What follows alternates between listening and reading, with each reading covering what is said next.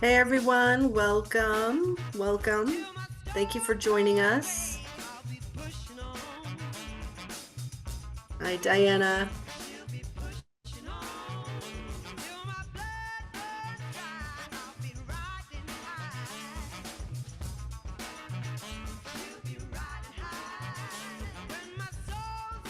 We'll be starting in a couple minutes. We're just gonna leave the room open, let folks come in during either their lunch break, if you're here on the West Coast with us, or perhaps their tea time, afternoon break if you're on the East Coast. While you're here, if you feel so moved, go ahead and place your land acknowledgement where you're zooming in from in the chat.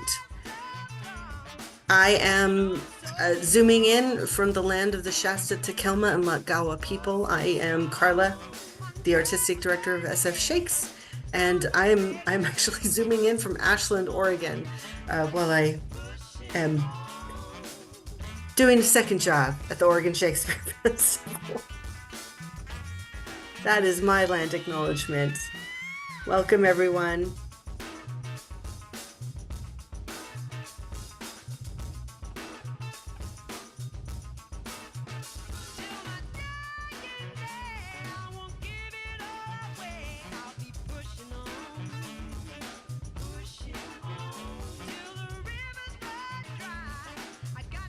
Welcome, folks. Welcome.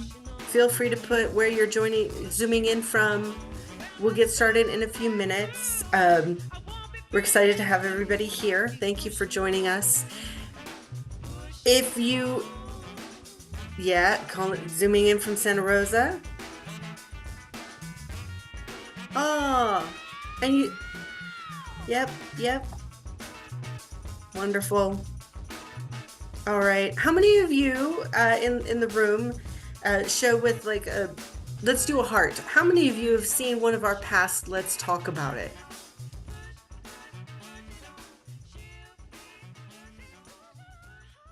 Yay. For those of you who are new to Let's Talk About It, either do like jazz hands or go ahead and put up I don't know, an emoji of some kind. Your choice. Yay. It's always good to have folks like, oh, yes, join us. Yep, and people are starting to filter in. We're just taking a moment to gather everyone. Feel free to share where you're zooming in from in the chat. Thank you and welcome everyone. For those of you who would like to check out our past recordings, we have them on our website. You can go to our website and see the links. It's also in our YouTube channel. So you can check out our past Let's Talk About It if you're like, ooh, I'm digging this forum. Let's have a conversation. Coming up next, we will be meeting with Dr. Will Tosh, again, one of our festival favorites, to talk about the Two Gentlemen of Verona on July 7th. So feel free to RSVP for that. Knowing that, yay, Palo Alto, welcome everyone. Our summer program is the Two Gentlemen of Verona, so that's our free Shakespeare in the Park production, and it will be starting very soon. We will be coming to a park near you if you live in California in the Bay Area. Great, there's our schedule posted in the chat. You can check it out. I know people are still filtering in, but I'm going to get started so we can have this conversation get going. We're really excited to have Dr. Katie Brokaw talk about Shakespeare and ecology. In addition for advocating for a planet, would you also advocate for the arts? Many of you may have heard or know that the NEA grants have been canceled through our current federal administration. But now our own California governor has unexpectedly withdrawn funds from an important program called the Performing Arts Equitable Payroll Fund. And it's a lot, but sharing here in the chat is a SF Cron article about that. The ramifications are very very dire. It's such a small amount for California, but it could mean so much to many hundreds of small organizations like ourselves. So if you feel so moved, please send off a fiery voicemail, send an email to our governor demanding that he restore these essential funds, and email your state senator. If you're in a different district, go ahead and send that information. Here are some. Oh, great! I see that all the stuff there's things posted in our chat, so you can have resources to check in, and great. That being said, you'll see me later.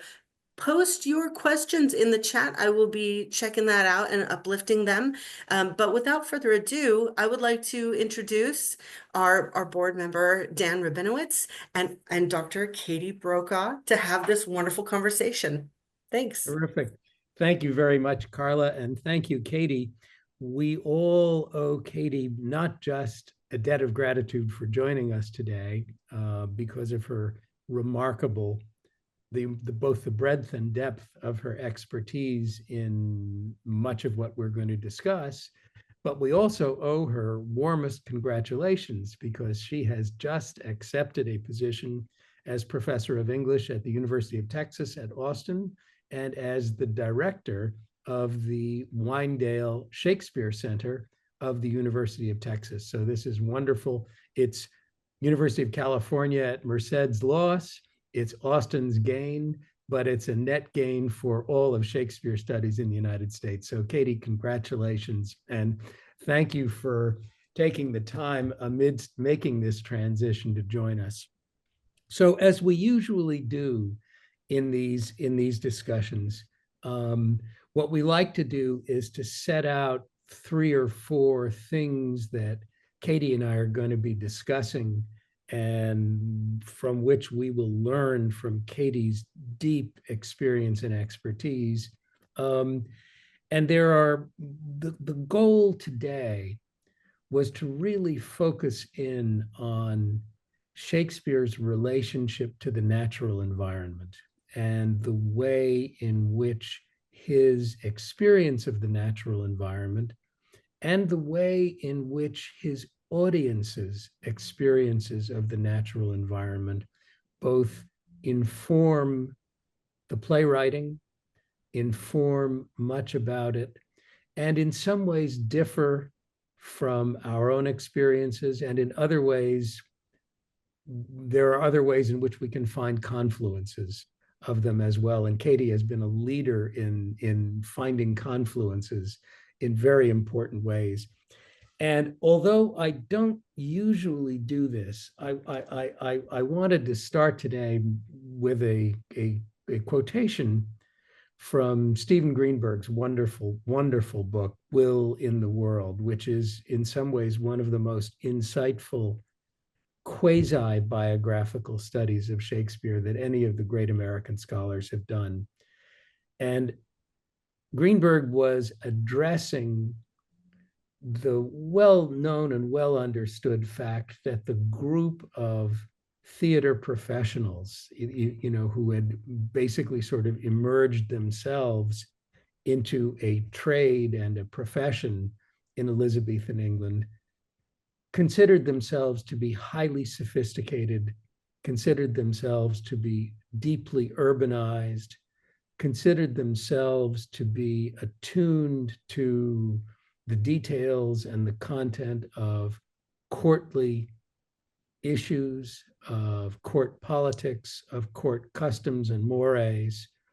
And in some ways, Shakespeare stands apart from the group of his peers, none of them who were really his peers, but his contemporaries in the same trade, in some important ways. And I wanted to just quote what Steve Greenberg had to say about it, because it's an important backdrop to the discussion that we're going to have. And what Greenberg said is there was nothing defensive in the ways that Shakespeare distanced himself from country matters. No stiff-necked insistence on his sophistication or learning, no self-conscious embrace of the urban or the courtly. He had deep roots in the country. Virtually all of his close relatives were farmers, and in his childhood, he clearly spent a great deal of time in their orchards and market gardens, in the surrounding fields and woods, and in tiny hamlets with their traditional seasonal festivals and folk customs. When he was growing up, he seems to have taken in everything about this rustic world, and he did not subsequently seek to repudiate it or to pass himself off as something other than what he was. Will was one of those country fellows. He doesn't seem to have been anxious about such rural pleasures, although he subsequently moved in circles that laughed at their rusticity. He simply took them with him to London as his possession, to be used as much or as little as he liked. And so, with that, that's a deeply insightful observation about Shakespeare and about the nature of his art and his writing. And so, Katie and I had talked about a couple of ideas. One of them is exploring some of the differences between the felt experiences of Shakespeare's audiences and the felt experiences of a modern audience.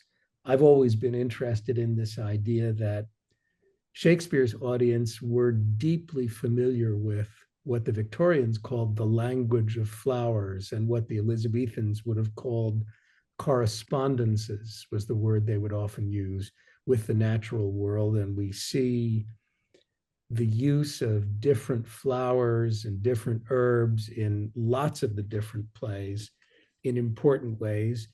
And yet you could really literally shoot a cannon through most modern audiences and not hit anybody who had any understanding of the language of flowers or the individual significances or the individuated significances of some of these flowers and herbs. And that took us to our sort of second set of ideas that we wanted to discuss, which is the actual ecological experience of Shakespeare and his generation, and the ways in which their interaction with the natural environment, not just because they lived in a world lit only by fire, in William Manchester's wonderful phrase, but because their environment actually was different from ours in some very important ways, although also similar. And then we wanted to talk a little bit about thereafter about Katie's remarkable work as a director and as really an intellectual progenitor of the way in which the Yosemite Shakespeare Festival has approached the question of ecology and Shakespeare's life. So, having sort of laid out a couple of different things that we wanted to talk about, now let's turn to the questions of, so Katie, how would you begin to address this question of the differences in the felt experiences of audiences between the globe filling up with groundlings in 1599 or 1602, and what a modern audience understands from these deep references to the natural world in the play? So let's start there and then and move on from that.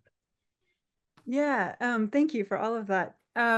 So absolutely that an average Elizabethan audience member would have a sense of this is what rosemary signifies. This is what this herb is used for medicinally, right? That there was a different kind of knowledge and a different closeness to the fauna and the flora as well. that most modern audiences don't have. Most, but not all, right? That there's, herbalism is making a comeback. There are people who are studying plants. There's a lot of people who are, thinking about the properties of ginger and chamomile these days. But it's certainly a different context. For me, thinking about, I think that Greenblatt quote nicely kind of gets at the way that Shakespeare's a country boy. Yeah. He's growing up in rural Warwickshire in Stratford upon Avon, which if you've been there, like you can see the river, you can see what it's like there. And he's infusing his plays, and I love that idea that he's doing it kind of unapologetically, Yeah. with plants and animals and weather and all of these things. And so for me as a director, I'll say, and an adapter of Shakespeare's plays, what I try to do is think about how can we indigenize those references, particularly to plants and animals, in a way that is going to at least have an emotional and social resonance for people. So instead of having, peas blossom and mustard seed as the fairies in Midsummer Night's Dream, we have orange poppy and western pipistrelle, which is a bat in the Sierra, and Parnassian, which is a butterfly in the Sierra, and juniper, and red-legged frog, right? So we have these plants and animals that are indigenous to the Sierra ecosystem representing those fairies. I think in Texas it'll be bluebonnets, right? Which, like, the people of Texas, like, you say bluebonnet and that means something to them in the way that Right. a poppy does to a Californian. So I think that we can find those things, but it's not just that the time has changed, it's that the place has changed. We're not in central England. And so one of the, I'll talk about this a lot, but one of the many wonderful things about Shakespeare is that it's public domain. We can change the words, we can change the references, and we can make these plays something that is resonant to us and makes us think about our precious and endangered ecosystem.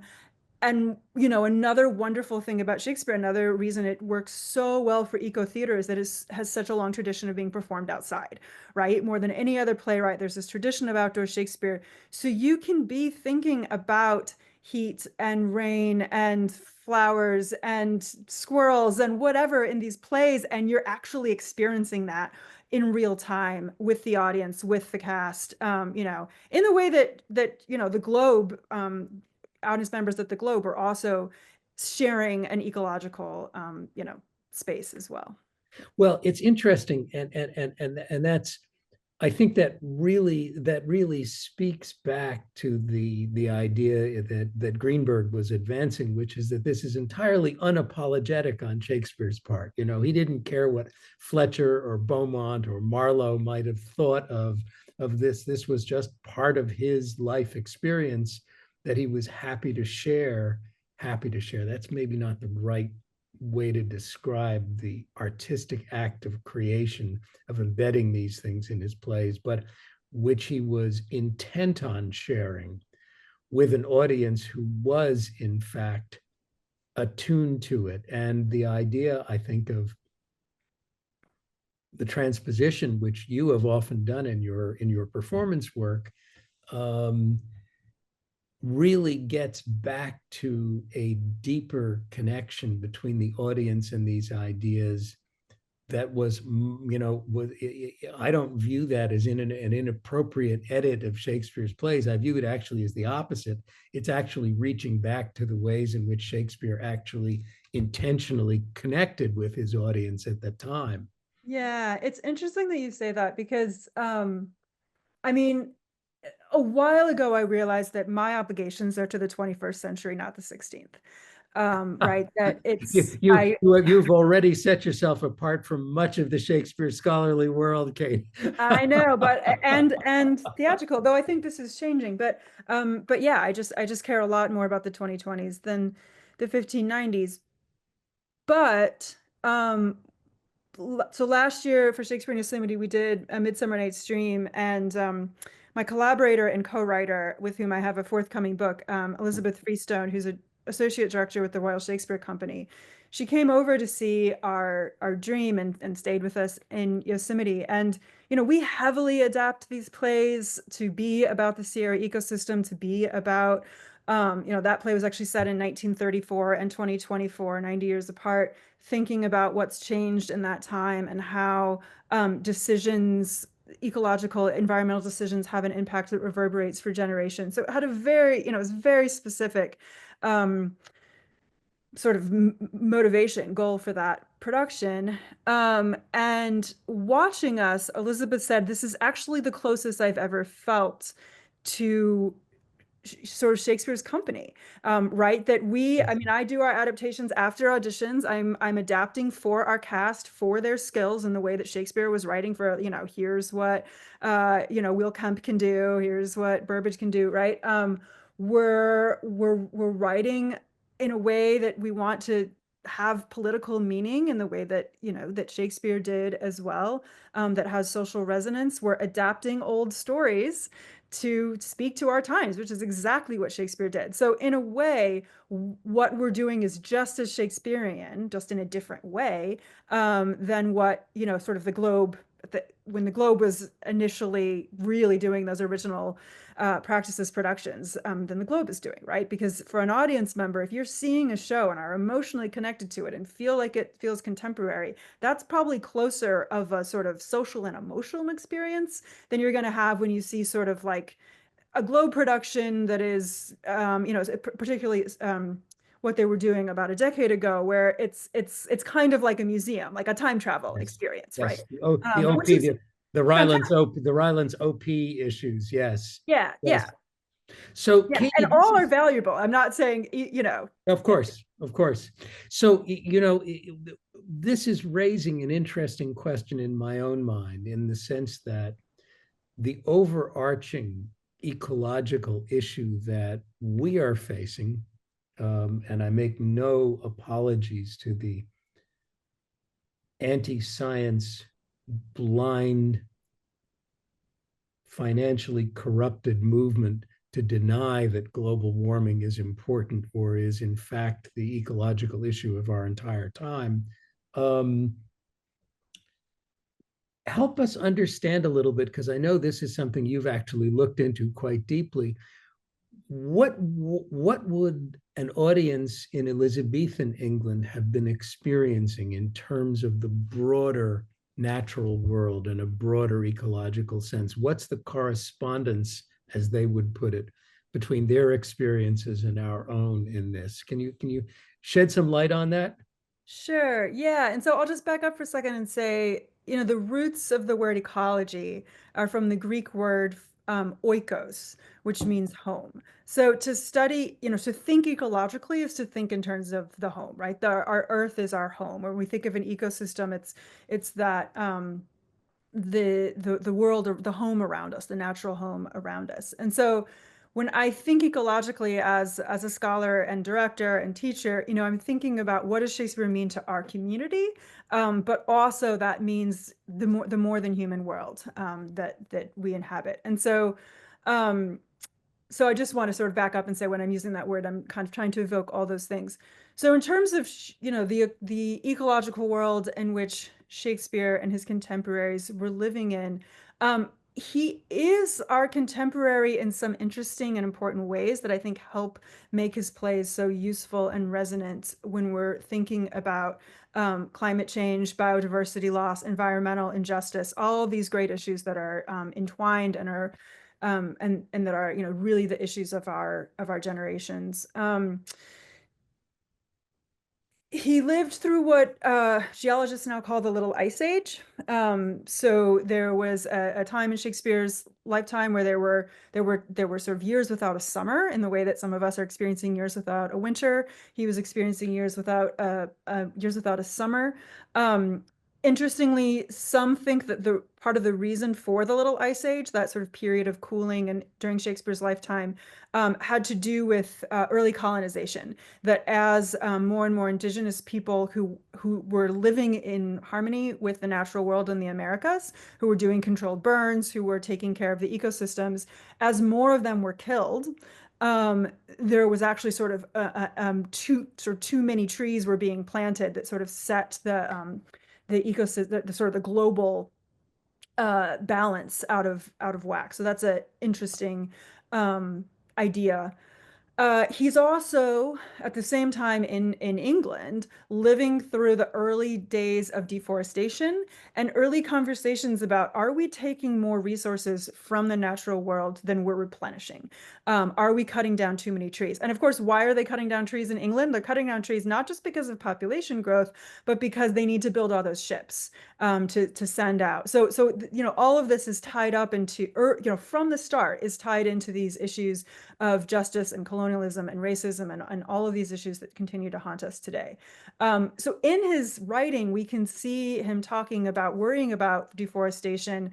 There's a moment in Romeo and Juliet where he's talking about the planting of a sycamore tree. And sycamore trees are fast growing.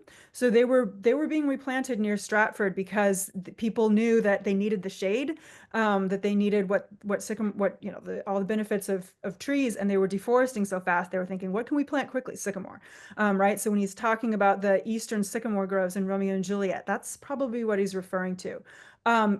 Merry Wives of Windsor has references to a shift to coal. This is the time when we see kind of the first burning of fossil fuels are happening during Shakespeare's lifetime. So you have all, his own kind of climate change, which is cold.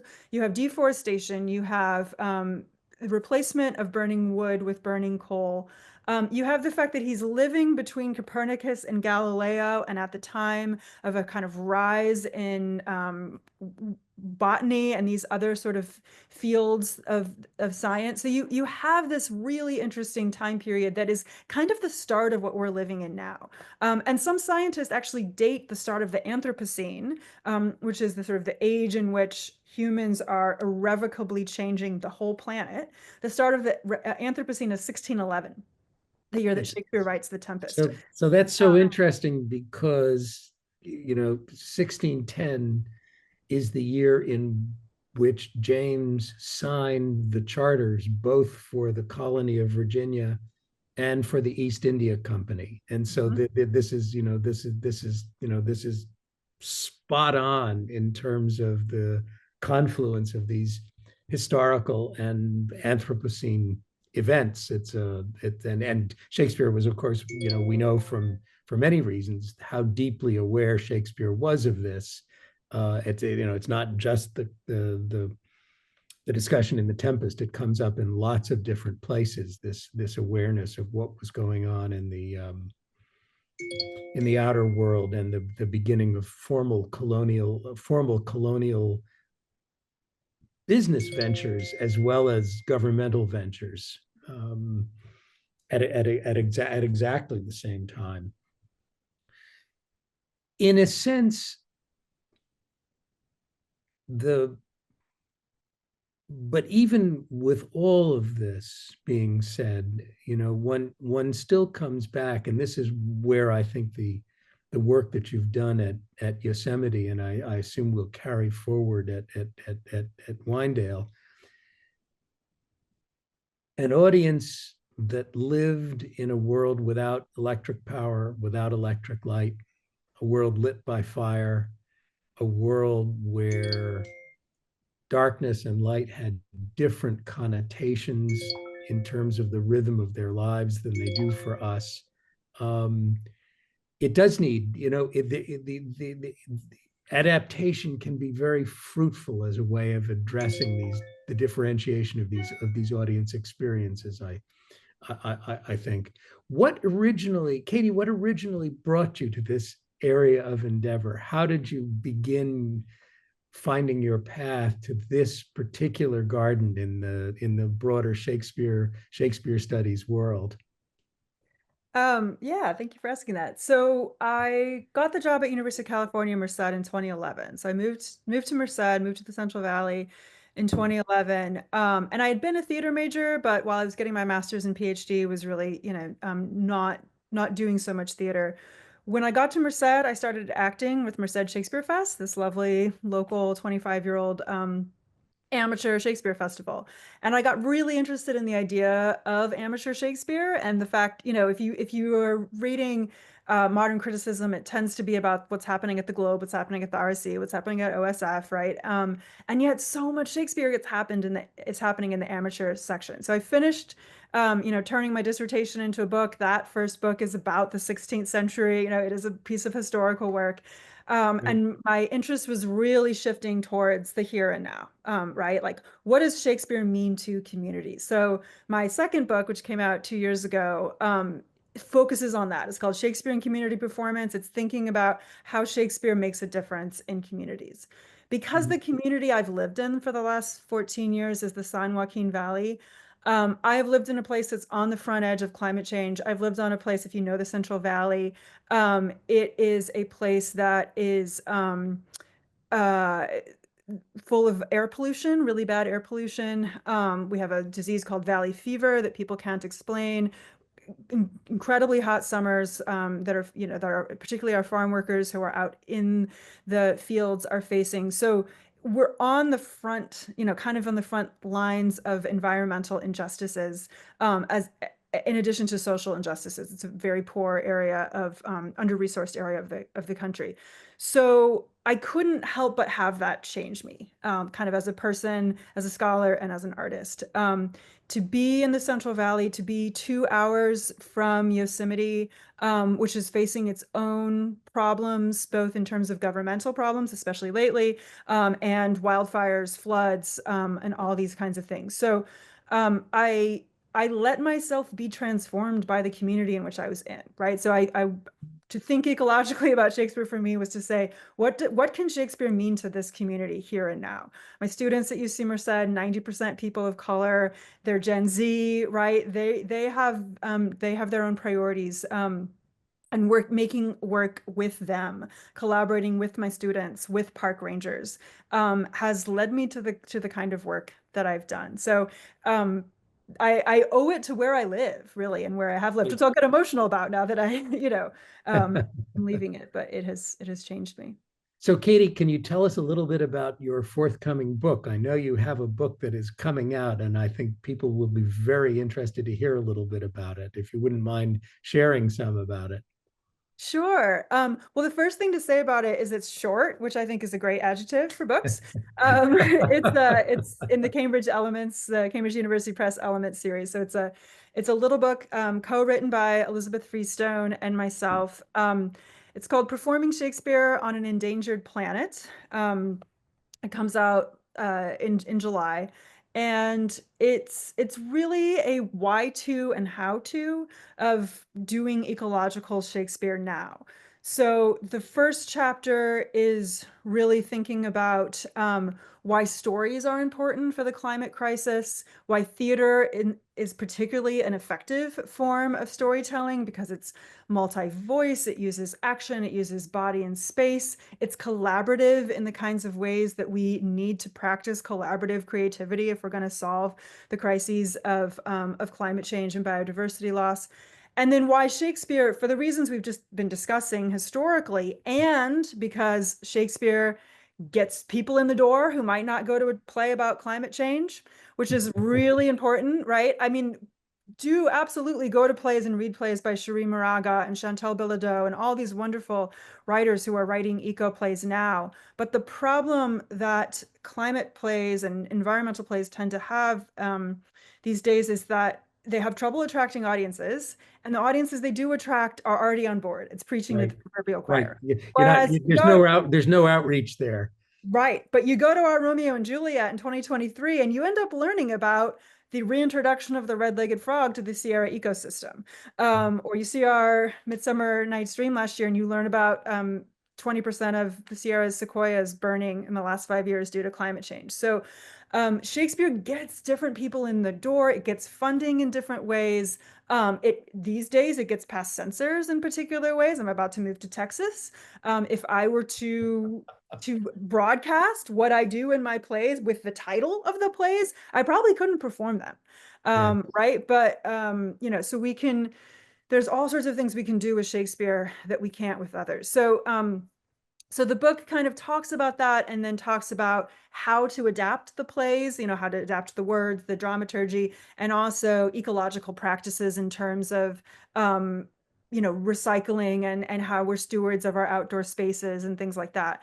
And then as case studies, Elizabeth and I talk about our 2024 Shakespearean Yosemite Midsummer Night's Dream and the 2023 Tempest that she directed for the Royal Shakespeare Company. And we both saw each other's productions, and so we're in dialogue in the book. Parts of the book are written almost like a play, that are transcripts of the two of us having conversations about those two productions. So when will the book be published? Is it out yet, or?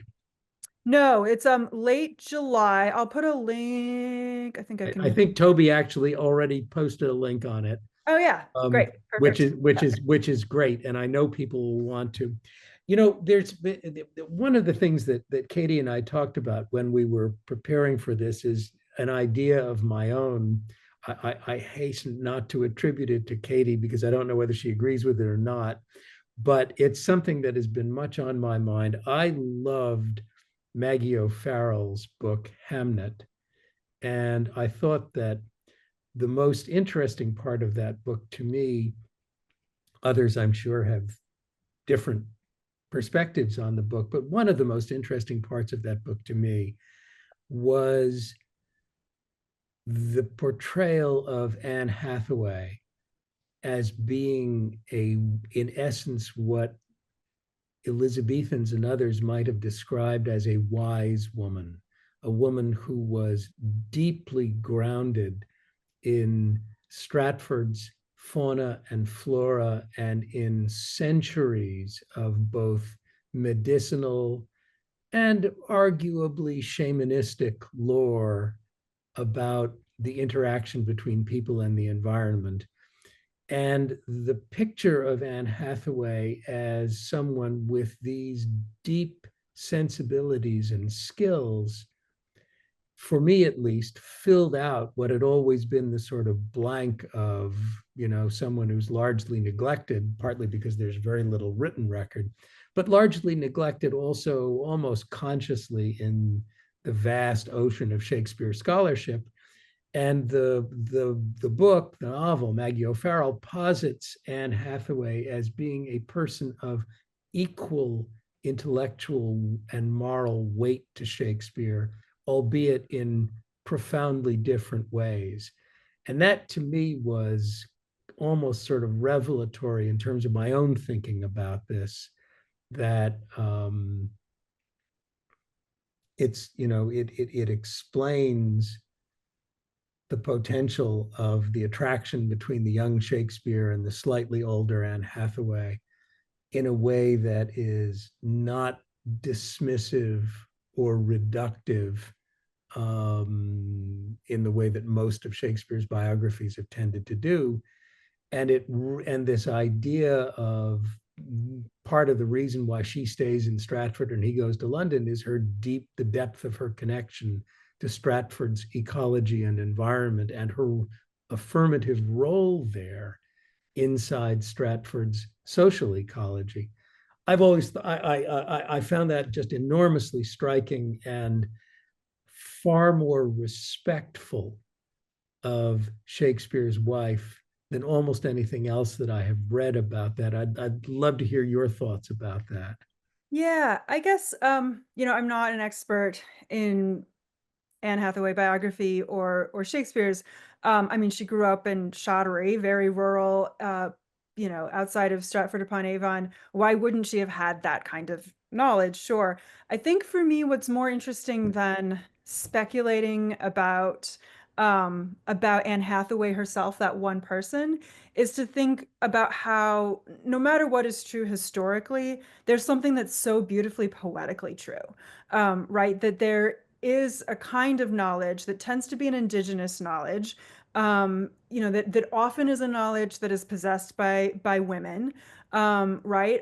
That is, as you say, as important, as intellectual, as profound as the kind of linguistic prowess, and book learning, even though he didn't go to university, he's very learned in books that Shakespeare had, right? That tends to be a kind of knowledge that historically men, and particularly European men, have succeeded in, right? That you have these kind of, Shakespeare is the sort of epitome of that kind of knowledge, right? And yes, he has a knowledge of the human condition and all these other things too, but it's a book learning, and that this kind of earth learning is just as important, and that we're getting away from that.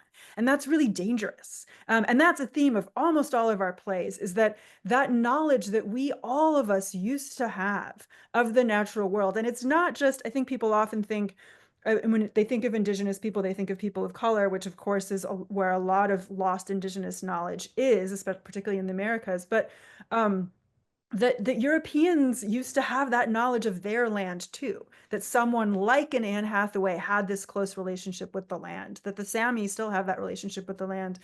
And I think thinking about how important that kind of knowledge is, and putting that in the figure of Shakespeare's wife, whatever Shakespeare's wife was. I mean, in the way that Who Virginia knows?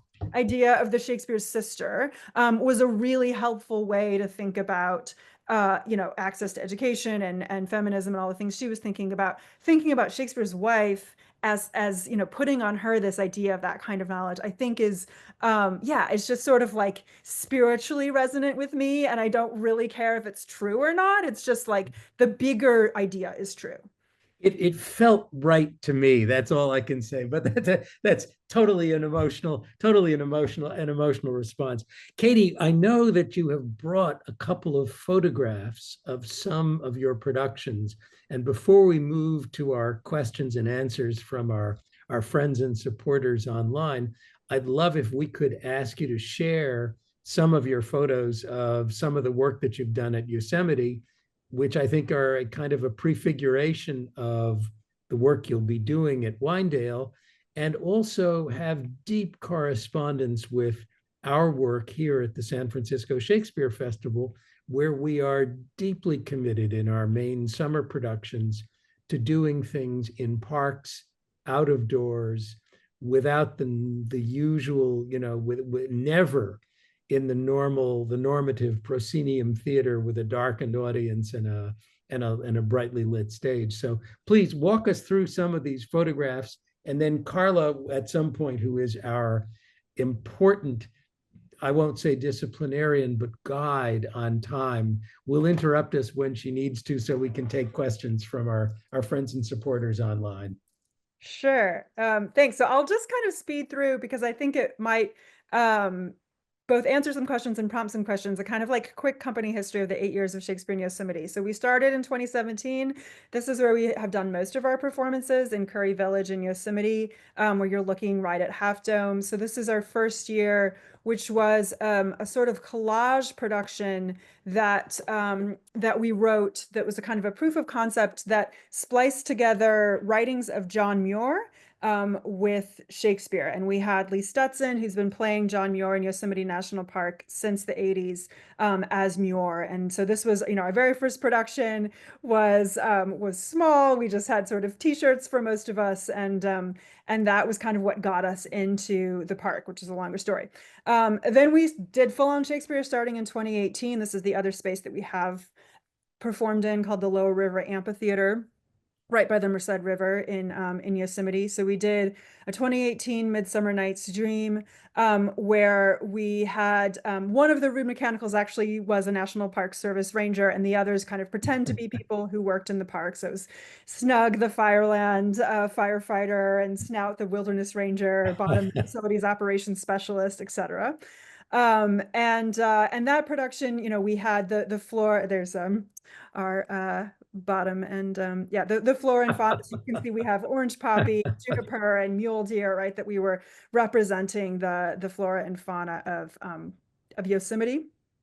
The Fairy Queen, Titania, we worked with the Southern Sierra Miwok tribe on this production, and so we were taught Southern Sierra Miwok words for fire and water, and A lot of the, Tessayok is half dome, right? So we were using those words. They told us that's the best way to honor their culture is to speak the words of this dead language. So we had this idea that the fairies had been there forever, right? So they knew the language that had been spoken there for 8,000 years, and that Oberon was a sort of fire king, and Titania was a water queen, and they come out of balance. And that's Lisa Volpe, who you might know, a quite well-known actor who was our Puck. We did As You Like It in 2019, which we had Frederick as a sort of CEO of an energy company who kicked Sierra out because she wanted to sort of move to renewables. And Lisa again came back as played Duke Frederick as a male and Jaques as a woman. We hung both science and poetry on the tree. So this is 2019. This is a time when climate change is being censored by the national government, as it is again. And we worked with scientists to study the Sierra, and we hung their science on the trees along with Orlando's poetry. Arden, of course, was Yosemite, and we had the representation of all the kinds of people who live and work in an Arden like Yosemite. That's Touchstone and Audrey and Sylvius and Phoebe. Yeah, and we ended, so this was 2019 when the climate marches were really happening, and so we ended with a dance that turned into a climate march. 2020, our Love's Labor's Lost was lost. 2021, we did a film called Image in the Wild, which along with almost all of our productions is on YouTube, which is an adaptation of Cymbeline, thinking about links between misogyny and the abuse of lands. We were able to film it in Yosemite National Park, which was pretty extraordinary for all of us. So that's Imogen in the Wilds.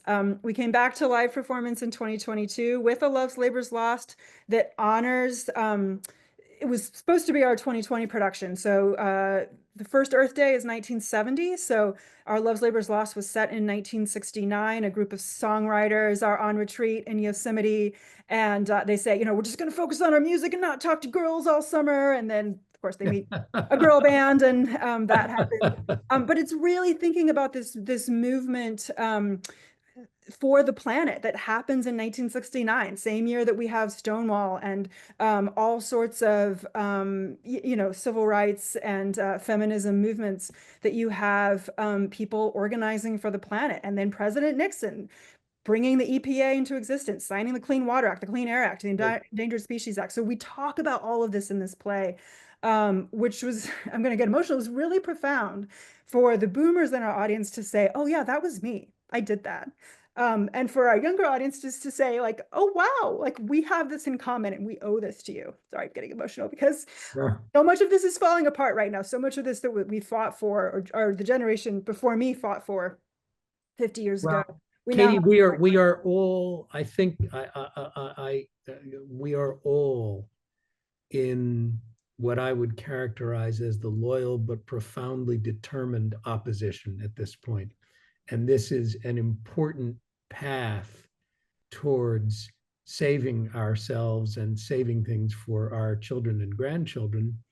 And I'm just so grateful to you, both for the work that you've been doing, but also for joining us to share it with us, because this is, we do in the San Francisco Shakespeare Festival, we do think, we haven't been thinking in exactly these terms, but we do think in terms of the contemporaneous importance, the moral, political, and social importance, and the relevance, the deep relevance of what we do, of what we put up.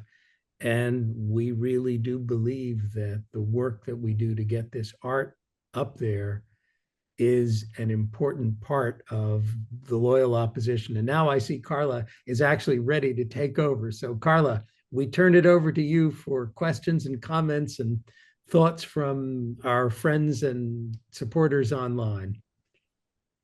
Yeah, thank you. I had a question come in to me directly of just a request of, could you repeat the names of the playwrights who are eco playwrights? as well as if there are more that you would suggest if folks are interested in going beyond Shakespeare to read or support. There you go. It's all in the chat, y'all. It's all in that chat. Yeah. Fantastic. I'm also going to say,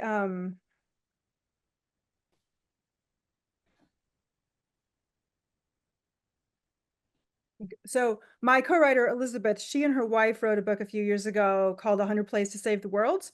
So I highly recommend that, because I think one of them is The Tempest and the other 99 are not Shakespeare. Some are Greek, some are 19th century, but some were written last year. So yeah, those were the I have taught a theater and ecology class. I can send syllabi on that have lots of books, lots of plays. Yeah. That would be great. Katie, thank you very much. Thank you. Something I want to uplift and highlight for folks as well is, yes, we can talk about ecology in Shakespeare's plays, but also, and I just love the work that you've been doing at in Yosemite, Katie, and something I want to uplift for folks who might be fans of SF Shakes and come and see our shows.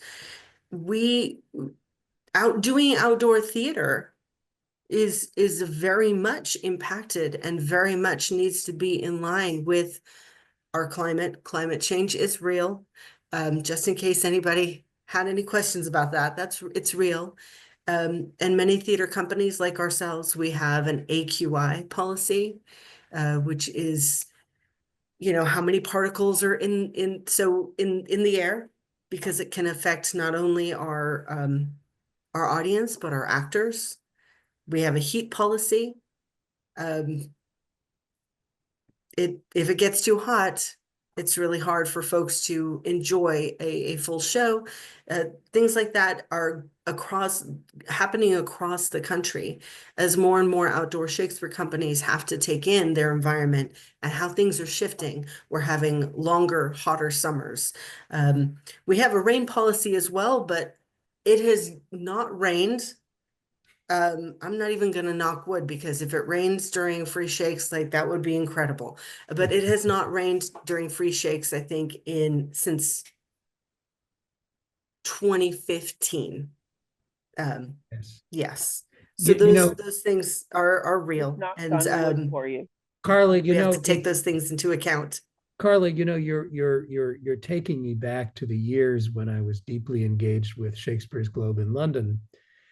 And if you talk to Mark Rylance or his late wife, Claire Van Kampen, or the people who were deeply engaged in the launch of the Globe as an outdoor simulacrum of an Elizabethan theater, the thing that all of us ultimately concluded was the most important thing we learned was that the audience was actually a part of the play in an outdoor performance, and that the doing these things in shared light, in shared sound, with no artificial barriers, no fourth wall to pierce, actually really turned out to be a profoundly different way to present these plays and to engage. And the audience really became an active part of the play's presentation. The gasps, the sobs, the laughter is different than it's in some mysterious way, it's almost fundamentally different from sitting in a more passive engagement mode in a darkened theater where somebody unwrapping a cough drop 4 rows away disturbs 30 people in the audience. It's the audience, the outdoor theater really is different. There's something about it that's profound, and something about it that is actually, and for sure, because we just know this Absolutely. historically, it is the way Shakespeare wrote these things to be presented and performed. And so looking at Katie's photographs and in my own mind's eye, thinking back to years at the Globe and years here in San Francisco's parks, there is a unity here that is truly an important part of the Shakespearean experience. Yeah, when you were speaking, I just there's a lot of wonderful books on these subjects. Yes, And so wow. I just put a website in the chat. A few years ago, I co-founded the EarthShakes Alliance, which is I think SF Shakes is a member. It's a consortium of theaters and organizations around the world who sort of pledge to put ecological issues at the heart of their theater making. But also the website is a sort of resource for anybody interested in ecological Shakespeare. So there are huge annotated bibliographies of books and articles, but also podcasts and videos and things like that on various ecological sort of ways into Shakespeare, both historical and contemporary. Well, I think we have all seen for each of us that Merced's loss is going to be Austin's gain for sure, Katie. And we are just very, very grateful that you could join us and share some of this wonderful work. And I think in fact, I know I'm speaking for my friends and colleagues at SF Shakes that we have learned things this afternoon that we will take on board in our own future work as well. And we're most grateful to you for joining us this afternoon. So thank you. And good Yeah. luck at Winedale. We've got to figure out how to get down to Austin and see the bluebonnets in their native habitat. Sure, absolutely. Carla, other questions, comments, and thoughts that we should share? No, other than thank you all so much for joining us, whether it be during your lunch hour or your afternoon break. We really appreciate you being here and taking in this our current Let's Talk About It. If you feel so inclined, please consider a donation to support our work at sfshakes.org/donate. Again, this will be available on our YouTube channel so that you can also, like, if you miss some of it or if you want to share it with other people and you're like, oh, you missed this is great, let's talk about it with Dr. Katie Brokaw, it will be up on our YouTube channel. Thank you all so much again for joining us, and that's it. We'll see you in July with Will Tosh. Thanks, Kate. Thanks, everybody. And a big internet hand for Katie Brokaw. Thank you. Bye.